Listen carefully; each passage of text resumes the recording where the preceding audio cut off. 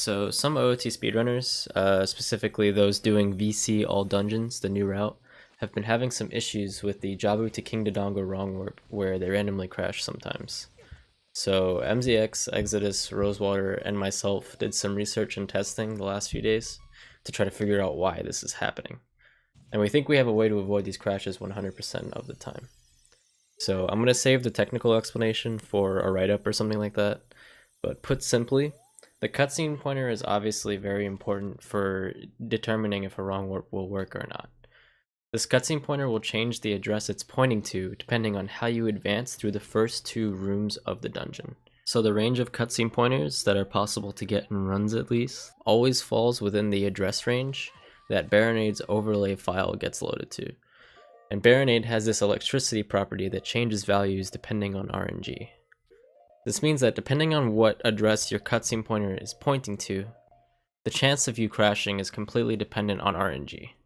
So luckily, Exodus found that the cutscene pointer you get from just using hookshot on the switch in the first room seems to be unaffected by this RNG electricity. So to have a 100% chance of not crashing, you need to do the first 2 rooms of Jabu in a very specific way. You need to use hookshot on the switch and not touch anything else. So you cannot touch a bubble or both bubbles, get hit by an Octorok, shield an Octorok shot, kill an Octorok or kill both of them. You cannot use a bomb on the switch or a chew or many other items. I didn't test all of them, but for now, just using hookshot is the only way to ensure that these crashes do not happen. And another important one, especially for the people doing VC all dungeons, is you cannot equip over hookshot until after the Rudo cutscene. When you equip over hookshot, Link puts it away and the hookshot gets unloaded, and this changes the cutscene pointer to point to an address that can possibly crash depending on RNG. However, in runs, if any of these things were to happen, a way to back it up is to void out before attempting the wrong warp. This wastes a little bit of time, but it will ensure that your wrong warp will work. See the video I linked in the description for more info on the void out. So to test out the theory of only using hookshot on the switch, I used emulator and save states to try watching the cutscene, the Baronade cutscene, 50 times with 2 different cutscene pointers. This one here is the one that you get from just using hookshot on the switch.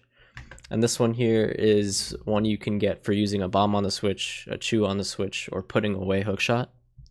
And you can see here that out of 50 attempts, I got no crashes at all for just using hookshot on the switch. And for this cutscene pointer here, I got, 30 crashes and 20 no crashes.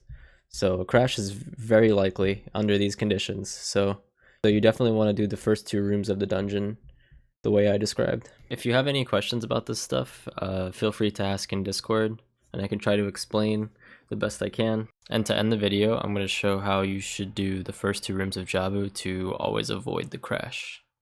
So here in the first room, I unequipped hovers. I don't know if it's faster to keep them on or not, but either way, just take hovers off, move toward the switch, shoot it with hookshot, make sure not to interact with the Octoroks at all or the bubbles, and then just advance to the next room.